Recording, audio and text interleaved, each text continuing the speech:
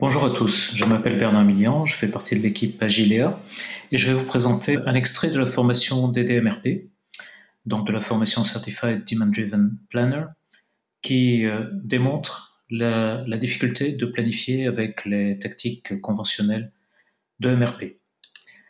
Cette vidéo a été réalisée avec les mêmes supports qu'une vidéo que vous pouvez trouver sur le site de Demand Driven MRP, donc le site du Demand Driven Institute. La vidéo originelle est animée par Carol Tack et s'appelle Conventional Planning Puzzle, Just How Crazy Does MRP Make Your Life.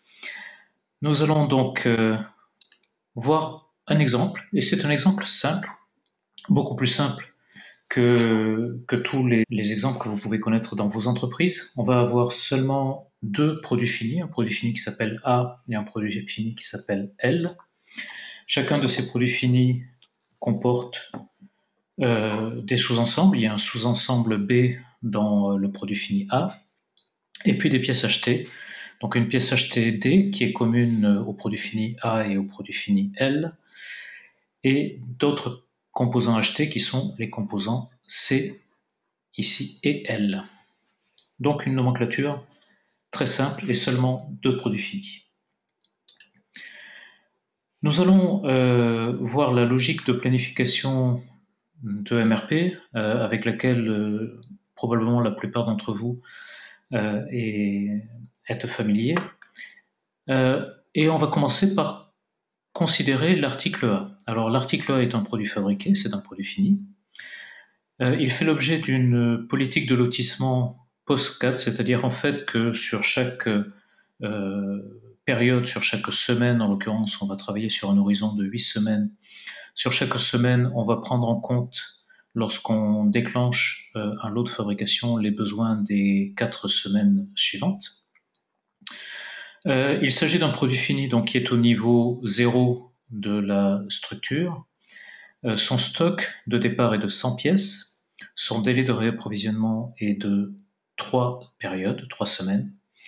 Il y a au départ un stock réservé de 15 unités.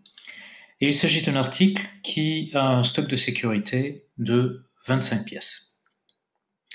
Quels sont les besoins pour cet article? Ma foi, un besoin assez régulier. Sur les semaines 1 et 2, 10 pièces en besoin, 15 pièces pour la semaine 3, 20 pièces pour la semaine 4, une petite pointe à 25 pièces, puis on redescend à 20, 15 et 10 pièces en semaine 8. Au point de départ aussi pour cet article, nous avons une réception planifiée, donc qui est liée à un ordre de fabrication qui a déjà été lancé, et donc nous devons recevoir en semaine 1 20 unités au titre d'un ordre de fabrication en cours. Donc quel va être notre stock projeté à la fin de la première période? Mais c'est notre stock de départ donc de 100 pièces, moins 15 pièces réservées, plus 20 pièces de réception programmée pour cette semaine, moins 10 pièces de besoin pour cette semaine. Donc, nous aurons un stock projeté de 95 unités à l'issue de la période. Si on continue l'horizon, semaine 2, notre stock projeté va être de 85, semaine 3 de 70, semaine 4 de 50, semaine 5 de 25, ah tiens, 25, attention, nous avons un stock de sécurité de 25, mais tant qu'on ne passe pas en dessous du stock de sécurité, pas de difficulté, pas de souci, donc on ne déclenche pas un nouvel approvisionnement.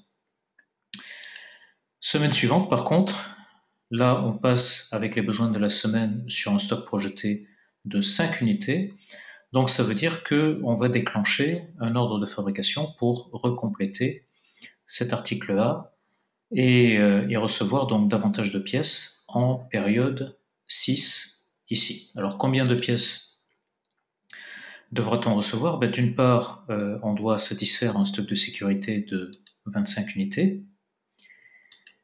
D'autre part, compte tenu de notre politique de lotissement, on va couvrir les besoins pour les semaines à venir. Et donc, ça va nous générer un besoin total de 45 unités pour revenir au stock projeté voulu. Donc on va avoir besoin de recevoir en semaine 6 45 unités, ce qui veut dire lancer 45 unités dans le délai. Donc en période 3, on va devoir lancer 45 unités pour réception semaine 6. De ce fait, notre stock projeté à l'issue de la période 6 va devenir 50, qui va ensuite être consommé semaine 7, on va redescendre à 35, et semaine 8, nous allons redescendre à 25. Voilà pour l'article A. Maintenant, si on regarde, puisque nous sommes toujours au niveau 0 de nos calculs de besoins, donc si on regarde le deuxième produit fini, l'article L, il s'agit d'un produit avec une taille de lot de 250 unités. Donc chaque fois qu'on fabrique du L, pour limiter le nombre de réglages, on va réaliser 250 pièces. L'article L a un stock de sécurité, a un stock de départ de 50 unités. Un délai de réapprovisionnement cette fois-ci de 6 semaines. Il n'y a pas de stock réservé au départ. Et par contre, le stock de sécurité est de 100 unités. Les besoins sur l'article L sont un petit peu différents, puisqu'on a des besoins qui sont stables à 20 unités pour les périodes 1, 2 et 3, et puis un pic de besoin de 120 unités pour la période 4 et à nouveau 120 unités pour la période 5. Enfin, les périodes 6, 7, 8 sont à nouveau avec un besoin stable à 20 unités. Donc si on calcule le stock projeté, alors sachant que nous avons là aussi un ordre de fabrication en cours, donc avec une réception programmée pour la semaine 1 de 250. Le stock projeté de la première période va être de 280 unités. On part d'un stock de 50 unités, plus 250 qui vont être reçus cette semaine, moins 20 de besoin. En période 2, on va descendre à 260, 240, 120, et là, en période 5, on tombe à 0, et donc on passe en dessous du stock de sécurité qui est de 100 unités. Donc il nous faut, compte tenu d'une taille de lot de 250, déclencher une fabrication pour réception semaine 5 de 250 unités. Nous avons un délai de 6 semaines. Problème, nous aurions dû déjà lancer cette fabrication.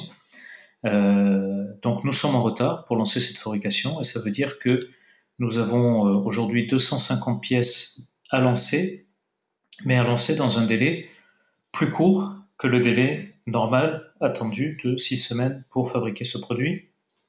Donc nous allons devoir traiter en urgence ce lancement pour arriver à le faire passer sur 5 semaines au lieu de 6. Une fois que on recevra ces 250 pièces, passons maintenant à l'article B. Pour l'article B, nous avons une politique de lotissement de 100, donc une taille de lot de 100, un stock de départ de 50 unités et un délai de réapprovisionnement de 4 périodes, 4 semaines. Pas de stock réservé, pas de stock de sécurité. Nous avons des besoins indépendants qui s'appliquent à cet article B, donc ce sous-ensemble est vendu indépendamment pour des besoins par exemple en pièces de rechange, avec une cadence de 10 en semaine 2, une cadence de 10 en semaine 4, à nouveau en semaine 6 et puis en semaine 8. Par ailleurs, cet article B est consommé donc dans le produit A et vous vous souvenez avec le calcul que nous avons fait sur le produit A que nous avons un ordre planifié à couvrir pour le produit A de 45 unités en période 3. Donc, ce besoin de 45 unités provenant du produit A va venir ici s'ajouter en période 3.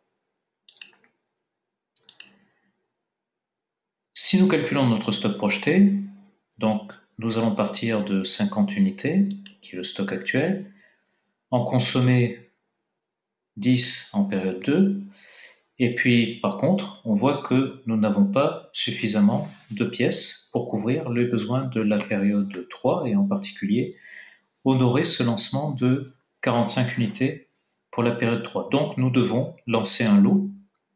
Notre taille de lot est de 100 unités.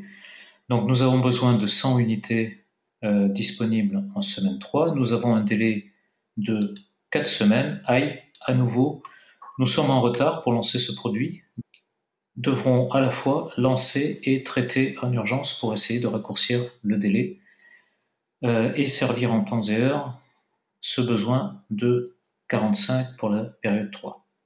Au-delà de cette période 3, donc, si nous recevons effectivement, si nous arrivons à avoir les 100 unités, nous aurons un stock projeté en fin de période 3 de 95 unités, qui deviendront 85, 75 et 65 jusqu'au bout de l'horizon des 8 semaines. Passons maintenant à l'article D. Cet article présente une taille de lot de 1000 unités, c'est un article acheté.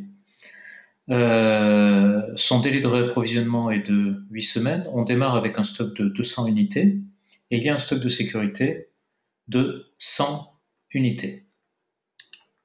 Alors quels sont les besoins pour cet article D? Clairement, nous avons un besoin de lancer au plus tôt pour le sous-ensemble B 100 unités et par ailleurs, si vous vous souvenez, quand nous avons fait le calcul pour l'article L, qui fait aussi appel à ce composant acheté D, nous avions aussi un besoin de 250 unités qui était aussi en retard. Donc nous avons un besoin pour 350 unités dans le passé pour cet article D. La taille de lot étant de 1000, le stock de départ étant de 200, le délai de réapprovisionnement de 8 semaines, et le stock de sécurité de 100, là ça nous amène à un stock projeté de moins 150 en fin de période 1, compte tenu du stock de sécurité et du stock existant. Par voie de conséquence, nous devons recevoir tout de suite 1000 unités, ce qui bien entendu ne sera pas possible, donc on va essayer de faire le maximum auprès du fournisseur, mais clairement, nous sommes très en retard pour pouvoir commander cet article-là auprès du fournisseur. Alors qu'est-ce qu'on va faire probablement? On va discuter, on va appeler le fournisseur, on va négocier, et le fournisseur va nous dire, écoutez, je peux faire quelque chose, moyennant une urgence, je ne peux pas vous faire la quantité de 1000 d'un coup, mais je peux essayer de vous en faire 200 et de vous livrer les 200. Quand est-ce que vous en avez besoin? Quel est vraiment votre minimum, quantité minimale nécessaire et quand au plus tôt? Écoutez, allez, on va essayer de faire 200 unités pour la semaine 4 et puis le solde, je suis désolé, mais je ne pourrais pas le faire plus vite que dans le délai habituel. Donc le solde, ce sera pour la semaine 8 parce que là, j'ai pas la matière première pour faire. Donc je n'ai pas de solution, je ne peux vous faire qu'un dépannage de 200 en période 4. Donc sur la base de ce schéma-là, nous allons avoir un stock projeté de moins 150 sur les périodes 1, 2 et 3. Nous allons passer à 50 pièces de stock projeté pour la période 4, ainsi que pour la période 5. Le tout jusqu'à la période 8, où nous allons remonter à 850 unités. Bien entendu, de la période 1 jusqu'à la période 7, tous les jours et sur chaque recalcul, le système MRP va générer des messages. Pourquoi? Parce qu'effectivement, il va dire il faut avancer cet ordre-là, il faut augmenter cette quantité parce que pendant toute cette période-là, on ne remplit pas le contrat, c'est-à-dire qu'on est en dessous du stock de sécurité que doit maintenir le système MRP à tout prix. Si on remonte à l'article B, il se trouve que le planificateur de l'article B va voir quel est le stock disponible sur l'article D. Si vous vous souvenez, en début de période, sur l'article D, nous avons 200 unités disponibles. Donc, le planificateur de l'article B va prélever, puisque nous avons 200 articles disponibles sur le D, 100 unités pour honorer cet ordre-là et faire ce lancement de 100 unités du produit B. Donc si on regarde la situation pour l'article D, 100 unités vont être tirées par le planificateur de B pour pouvoir honorer un premier lancement. Maintenant, le planificateur de l'article L arrive un petit peu plus tard. Il constate qu'il reste 100 unités de D en stock. Et donc, il va demander le lancement de 100 unités de L. La taille de lot de L, normalement, est de 250 unités, mais là, il faut faire une exception. Comme on doit vraiment impérativement livrer le client, on va faire un lot de 100 unités plutôt que de 150, car c'est le mieux qu'on puisse faire. Donc, OK pour lancer 100 unités du L, ça veut dire qu'en période 5, ce ne sont pas 250 unités que l'on va recevoir, mais seulement 100. Le stock projeté de la période 5 va passer à 100 et ensuite descendre à 80 pour la période suivante où on va à nouveau redéclencher un besoin de 250 puisque le MRP va générer ce besoin-là. Ce qui est intéressant, c'est que la quantité en retard passe à 350 au lieu de 250 au départ, et au final, j'aurai davantage de stock, alors que, bien entendu, dans l'opération, je n'ai aucun besoin supplémentaire qui se soit ajouté. C'est juste la conséquence des mécaniques et des tailles de lot utilisées dans ce modèle.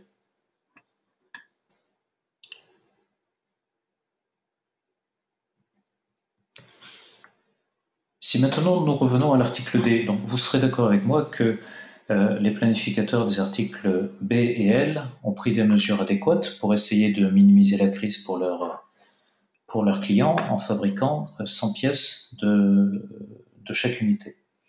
Maintenant, voyons ce que, au travers du calcul MRP suivant, la situation va être pour l'approvisionneur qui s'occupe de l'article D.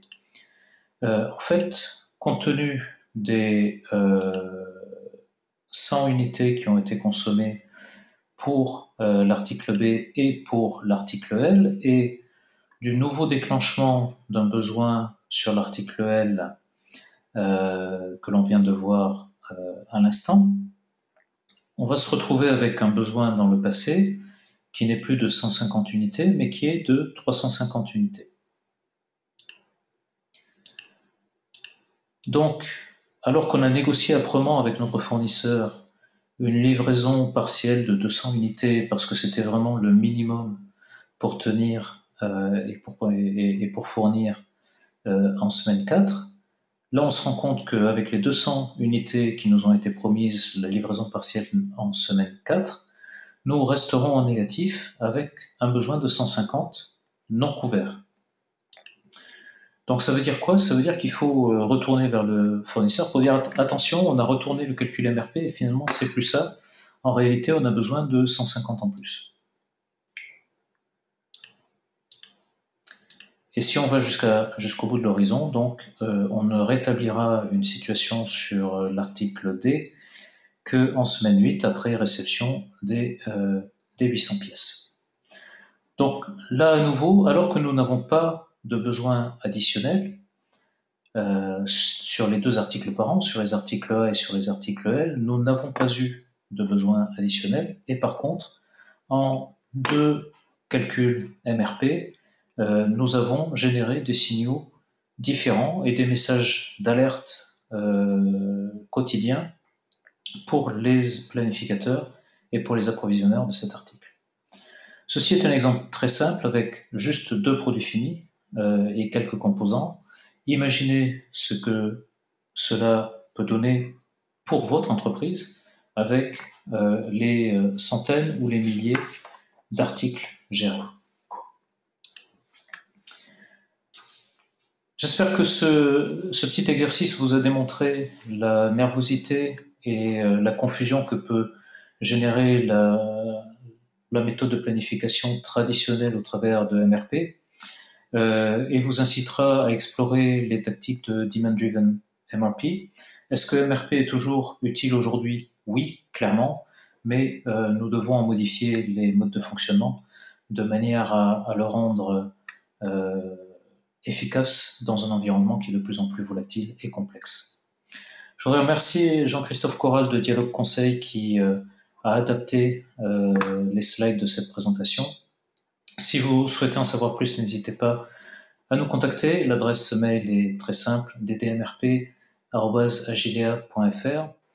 Cette présentation a été réalisée en partenariat avec FAPIX, l'Association française de Supply Chain Management. Merci à tous pour votre attention et à bientôt sur nos ondes. Au revoir.